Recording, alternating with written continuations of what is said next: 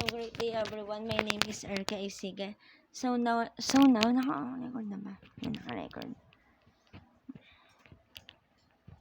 So yan. Great day. My name is Erka Isige. So now let's talk about the preterm labor. As a whole, let's talk about the labor problems, which is the preterm labor and the post-term labor. So now let's discuss first the preterm labor. So preterm labor is the labor occurs before of 37 weeks of gestations. So yun yung ibig sabihin ng preterm labor. So this preterm labor is very high risk because even naman na dumaan na siya sa organogenesis, or the development of organ, this organ is not mature enough to function as a whole or to function perfectly. So, when the preterm labor lead to preterm delivery, it's very high risk to death or need medical treatment for that. So, what is the cause? Not the causes, but actually maybe the reason kung bakit nagkakaroon ng preterm labor. First is the dehydration. But unahin muna natin pag-usapan is the importance of amniotic fluids. Lalo na sa baby because amniotic fluid is very vital to the baby in terms of the protections to the fetus and the umbilical cord from the pressures, and also for the changes of temperature. It's very important yan. So, when we say dehydrations, two factors. First is to baby. If the amniotic fluid decreases, it can cause preterm labor. And also to the mommy, if the mommy experiencing dehydration or low blood volume, remember, meron oxytocin na present sa blood that can elevated if the blood volume decreases. If that elevated, it can cause uterine contractions. Next naman is the premature rupture of the membrane. So, it can lead rin also for the magiging lead rin siya sa preterm labor and also the UTI. So,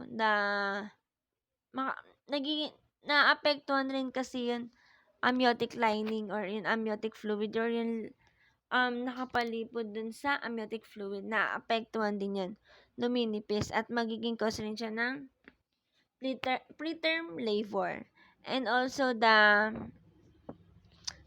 chorion amnionitis that can infections to the blood that can also lead to preterm labor.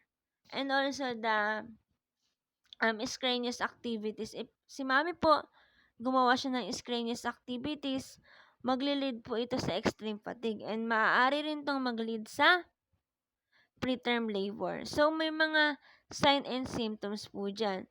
Una na dyan is your persistent low backache, also the vaginal spotting, menstruation like cramping, uterine contractions, pelvic pressures, and marami pa pong iba. May mga management po na ginagawa diyan, which is the what do you call that? The complete bed rest. Tebi. May naming ko na. Sorry. Meron tayong complete bed rest.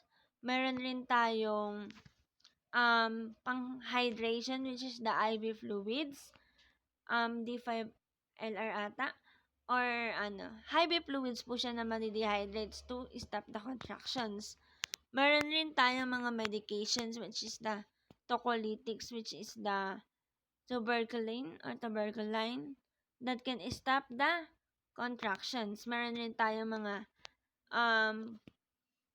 corticosteroids that such as the betamethasone that can for the surfactant and for the lung maturity. Meron din po tayong tinatawag na magnesium sulfate that can avoid preterm labor. So, yun po yung mga management po na ginagawa sa preterm labor. So, let's move on to the postterm labor. So, postterm labor is the exceed of the labor, exceed na siya, hindi na siya nagle-labor, hanggang mag-exceed na siya doon sa normal na full term, which is the 40. Pag nag-exceed na siya, dumating na sa 42,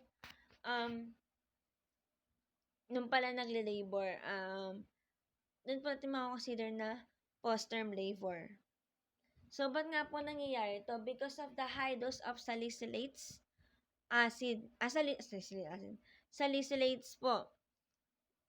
Nangyari po ito pag yung mami po is na-overdose or nagkaroon po ng high dose of salicylate. Because po yung salicylate, nagpapahaba po siya ng pregnancy. Because of the, what do you call that? The synthesis of the prostaglandins that which is responsible for the initiations of labor.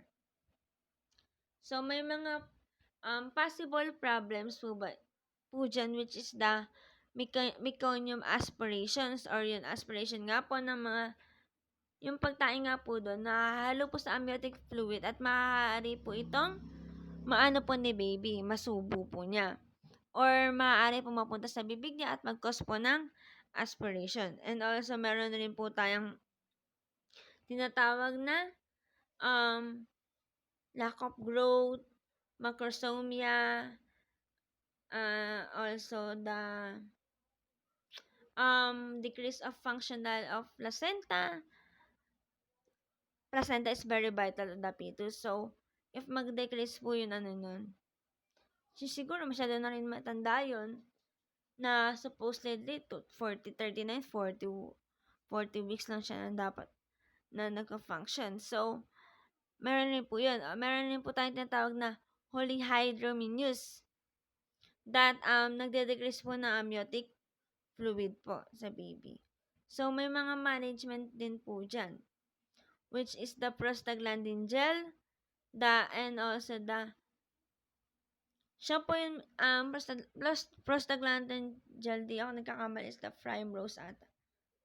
I don't know, but prostaglandin gel that can ripen, stripping the cervix. So, yun po. Also, meron rin tayong tinatawag na oxytocin na binibigay rin po doon. If hindi po siya maging effective, maaari na pong mag-lead ito sa cesarean delivery. So, and also, if post-term labor na ngayon nangyayari, it can, what do you call that? It can monitor the fetal heart rate of the baby.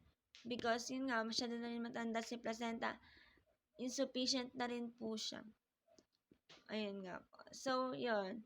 That's all for today's video. So, thank you for listening.